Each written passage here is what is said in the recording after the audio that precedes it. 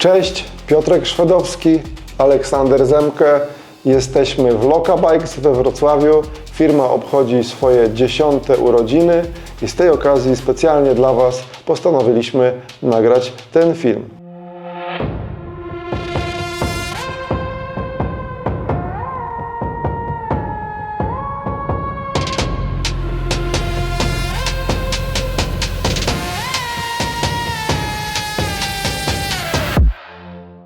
Olku, kojarzę Ciebie z BMX-a.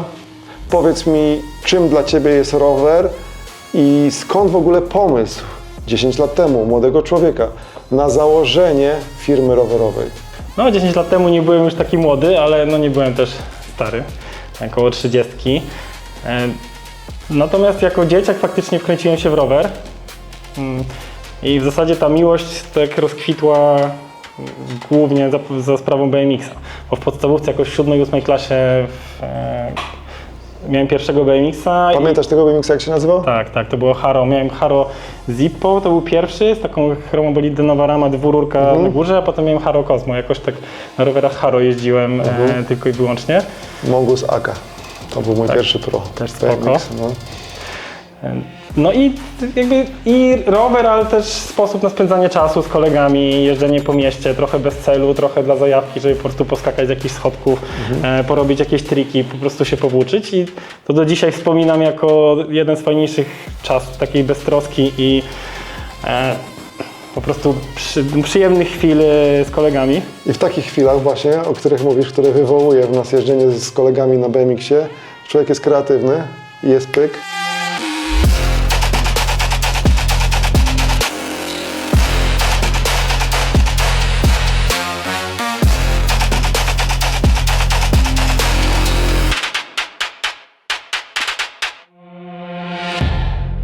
Pomysł na Lokę zaczął mi kiełkować w głowie, jak jeszcze mieszkałem w Niemczech, bo mieszkałem w Berlinie i wtedy jeździłem do pracy rowerem, więc codziennie też myślę, no, z 1,5–2 godziny spędzałem na rowerze, już bardziej na szosie i wtedy już pracowałem w branży informatycznej i miałem już takie spore zmęczenie tym tematem i myślałem, co by tutaj robić dalej, ale właśnie chyba jednak te wspomnienia z tych lat nastoletnich, kiedy właśnie ten BMX, ten rower, ta wolność, ta zajawka, przyjemność związana po prostu z jeżdżeniem, z odcięciem się od rzeczywistości, chyba jakby te wspomnienia spowodowały, że właśnie miałem taką silną potrzebę, żeby do tego wrócić, robić coś z rowerami. Bo to, o czym teraz rozmawiamy, jest niezwykle spójne, ponieważ ja generalnie jakoś tam nie szczególnie podniecam się rowerami, które nie są BMX-em albo MTB, ale Loka była dla mnie w ogóle czymś wyjątkowym. Nie potrafiłem zrozumieć, czemu tak strasznie jaram się tą marką, tą firmą. To jest marka, to nie każda firma jest marką i to jest właśnie wyjątkowe. Natomiast teraz już zaczynam rozumieć, skąd ten sznyt ma Loka, bo człowiek, który by jakby podchodził do roweru z barankiem stricte wyczynowo, pomiary mocy, doping, żeby zmieścić się w 50 w Mastersach na amatorskich mistrzostwach Polski, nie jest w stanie stworzyć czegoś, co będzie miało taki charakter jak Loka. I to BMX jest niezwykle paradoksalnie estetyczną zajawką, która wprowadza nas w świat specyficznej muzyki, specyficznych grafik, specyficznego kręcenia wideoklipów i to bardzo jest spójne z tym teraz, jak wygląda Loka. I mam do Ciebie zapytanie, w ogóle skąd tyle odwagi i ta pewność, że w czasach, kiedy naprawdę były wszystkie już korporacje ogromne, już rynek był totalnie opanowany, wręcz zdominowany przez gigantyczne korporacje, no, tak to trzeba nazwać, rowerowe. Ziomeczek, 30 lat z Wrocławia, sam, tak? Sam? Tak, z żoną? Tak. Żona mi pomagała na początku, ale to bardziej zakłada firmę, tak? I w ogóle skąd pomysł na tak genialną nazwę? Bo w ogóle Loka jest, dla mnie to jest najfajniejsza nazwa firmy rowerowej, jaką słyszałem. Powiedz proszę, co stoi za tym? Dobra, no to może najpierw do nazwy. Wiesz co, nazwa wydawała mi się fajna z tego względu, że nawiązuje trochę do słowa lokal i właśnie założeniem od początku było to, żeby to była lokalna marka, która robi w miarę możliwości lokalnie rowery, projektuje je, maluje tutaj we Wrocławiu. Część ram też jest produkowanych w Polsce. No i Loka też kojarzy się trochę z La Vida Loca, czyli szalone życie, z jakimś szalonym takim trochę stylem życia. Takim luzem. Takim luzem. Hedonistycznym luzem. Tak. I też fajna, krótka nazwa, no i nie bez znaczenia jest to, że były wolne domeny, Okej. bo jak zacząłem szukać, to wcale nie było takie proste, żeby domeny też były wolne. Natomiast pomysł na firmę, kurczę, no mi właśnie wydawało się te 10 lat temu, że otwiera się trochę przestrzeń dla małych podmiotów, z tego względu, że wtedy to był ten hype na ostre koła. Tak, Fixie było wtedy wszędzie, to tak. był w ogóle styl życia, nie? Tak, dokładnie. BMX przymierał. Tak, i ci duzi gracze nie do końca chcieli w to wchodzić.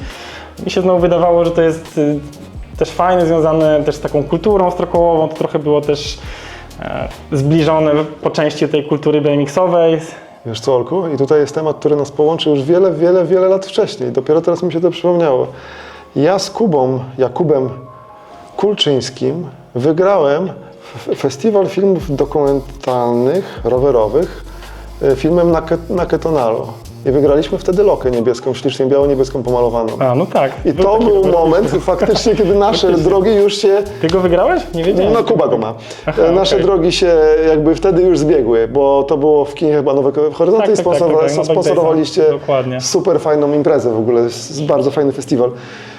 I wtedy nasze drogi już się połączyły. Za nami, Olku, mamy pewnego rodzaju, no nie chciałbym użyć słowa muzeum, ale jakby przedstawioną historię firmy i chciałbym płynnie przejść do tematu, o którym przed chwilą rozmawialiśmy, czyli o początkach i chciałbym, żebyś pokazał nam od pierwszej ramy i przybliżył nam, z czym się wtedy mierzyłeś, bo każdy, kto choć trochę siedzi w rowerach, wie, jak trudno jest założyć firmę rowerową. No tak, no pierwsze wyzwanie było takie, że chcieliśmy robić rowery na ramach z Polski.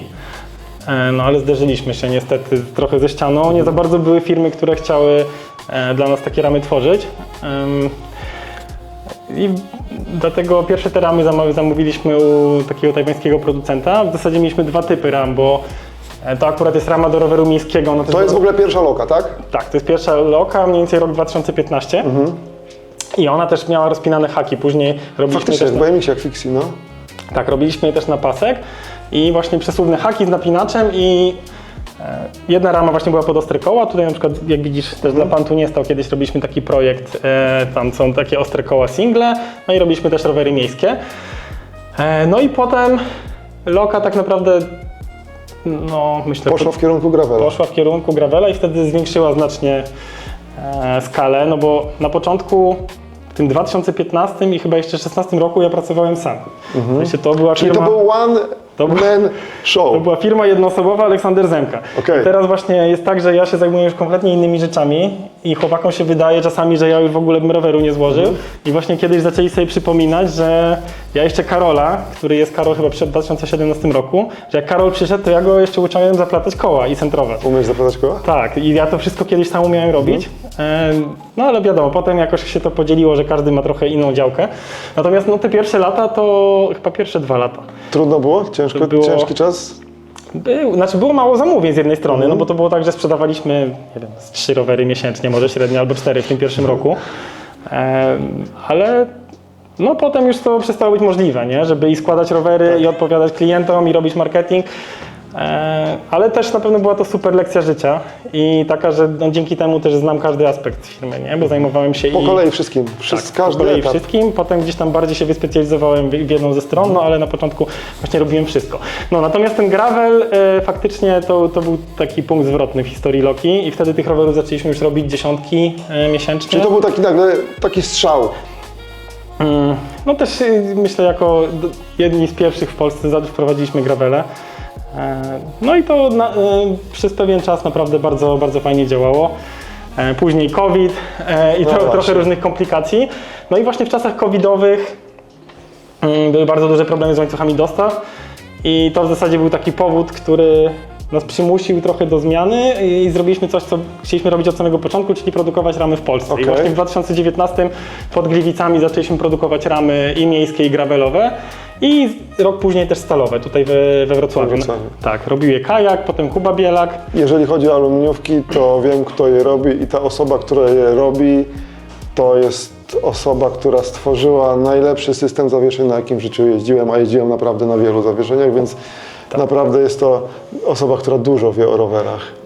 No i rok 2021 wprowadziliśmy karbonowe gravele, więc odpowiedzieliśmy też na potrzeby osób, które też chciały lekkiego roweru, szybkiego i w zasadzie zaczęliśmy docierać do nowej grupy klientów, tych, którzy też są takimi, nazwijmy ich, ambitnymi amatorami, że hobbystycznie jeżdżą, ale naprawdę sporo biorą udział w różnych eventach. I też bardzo nas to cieszy, że co roku na każdym większym evencie, typu nie wiem, Race Through Poland albo Wisła, jadą jakieś nasze rowery, dostajemy potem relacje i mega się cieszymy, jak klienci dają nam znać, jak im idzie. No i 2 lata później karbonowa szosa. Czyli to jest jakby Znaczy pierwsza szosa, Road Plus, tak. czyli to jest pierwsza szosa Loki, natomiast to nie jest szosa, tylko to jest szosa Loki, czyli to jest tak zwany Road Plus, czyli to jest szosa z szeroką bardzo oponą, tak? No nie tak bardzo, bo tam wchodzi maks 35 mm, ale to już jest szosa taka, na której można pojechać też na trochę gorszych drogach. Tak. I Czyli z bardziej komfortową pozycją. Nie? ten gen DNA jest Loki właśnie przełożony w ten sposób, tak? Że to nie jest szosa ścigancka, tylko to jest rower, który umożliwia Ci jeżdżenie też w trudniejszym terenie, a przede wszystkim czerpanie gigantycznej ilości radości z jazdy, no bo o to Tak w tym jest. wszystkim najbardziej chodzi. Olku, teraz dojdziemy do zasadniczego dla mnie w tej rozmowie tematu.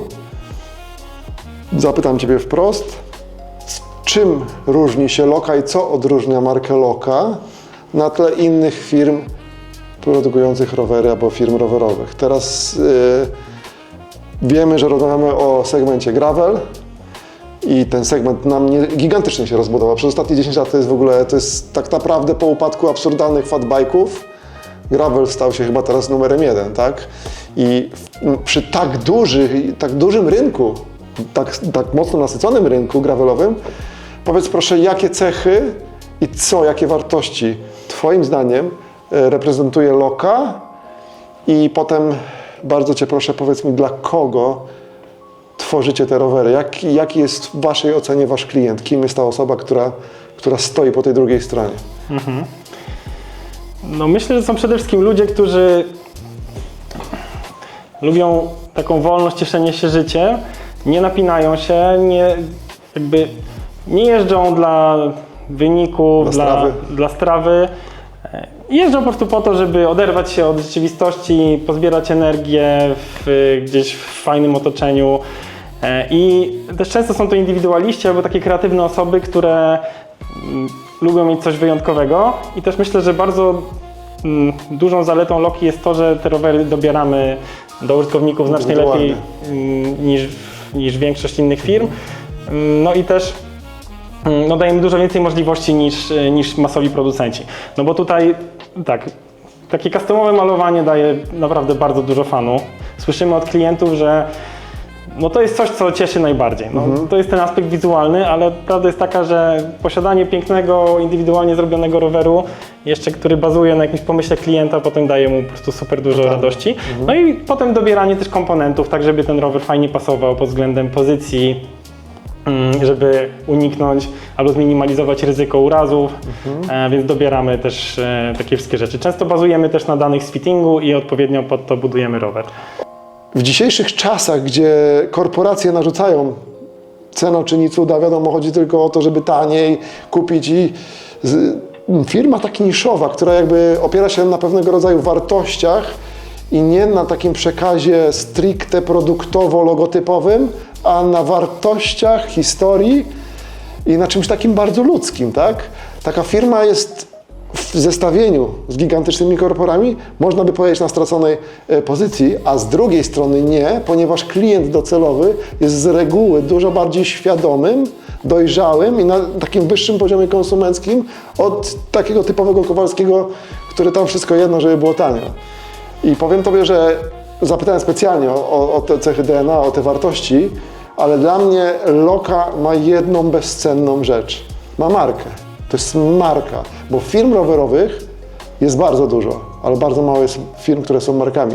I Tobie udało się stworzyć coś, czego większości firmom, nawet tym wielkim, się nigdy nie uda zrobić, bo można kupić rower, ale to jest produkt, a tutaj dostajemy coś więcej. No na pewno mnie bardzo cieszy, że wielu naszych klientów utożsamia się z naszymi rowerami, że cieszą się, że jeżdżą na Loce i faktycznie to, co powiedziałeś, że trochę to, że znają historię, znają ludzi, którzy tworzą te rowery, daje jakiś taki fajniejszy związek, fajniejszą relację z tym rowerem. To sprawia potem większą przyjemność. ale jakby staram się stąpać twardo po ziemi. Myślę, że jeszcze sporo mamy do zrobienia. No, na rynku jest dużo naprawdę fajnych rowerów w dobrych cenach, ale świadomi konsumenci coraz częściej zwracają uwagę na to, jak dany produkt powstaje, na szczegóły, czy jest dopracowany, jeśli chodzi o konfigurację, o to, jak jest złożony. No i też wartości, kto te rowery tworzy. To dla nas też jest kluczowe. Słuchaj, Olku, 10 lat minęło. To jest z jednej strony dużo, z jednej strony mało, ale no, większość firm rowerowych pada w dół w dużo krótszym czasie. Jesteśmy też w bardzo ważnym momencie teraz dla firmy tak naprawdę. Powiedz proszę, jak będzie wyglądała przyszłość ta najbliższa i ta troszkę dalsza, jakie są plany, jak wygląda sytuacja? Dobra, może zacznę jeszcze od tych 10 lat, bo naprawdę prowadzenie biznesu, małego biznesu w tak dynamicznej branży jak rowerowa to na pewno jest spory rollercoaster i przygoda dla osób o silnych nerwach.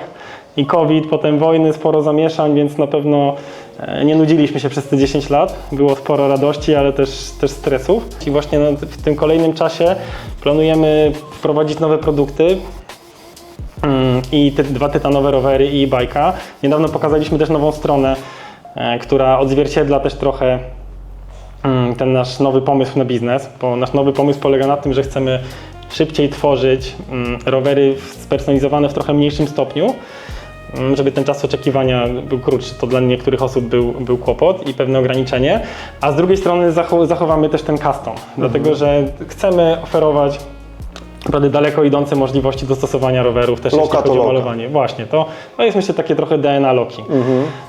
No i też bardzo duża zmiana, która się wydarzyła w zeszłym roku, to przekształciliśmy się w spółkę, dołączył do nas inwestor i to naprawdę dało nam sporo nowych możliwości, też mi taki oddech i duże wsparcie Michała. No i w przyszłym roku biznesową bardzo dużą zmianą będzie to, że chcemy rozpocząć dystrybucję przez sklepy. Mamy już tak naprawdę podpisane umowy z kilkoma sklepami.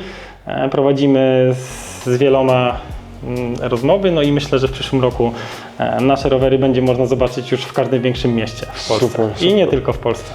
Tak, powiem Tobie, że wspomniałeś o elektryku, jeździłem na nim, petarda. Wspominałeś o Tytanie, jeździłem na nim, petarda. Wspominałeś o drukowanym Tytanie, to jest mój ulubiony rower. Olku, bardzo Ci dziękuję za tą rozmowę. Jesteś wyjątkową osobą i jestem naprawdę dumny, że jeżdżę na Loce. Super, bardzo się cieszę, dzięki.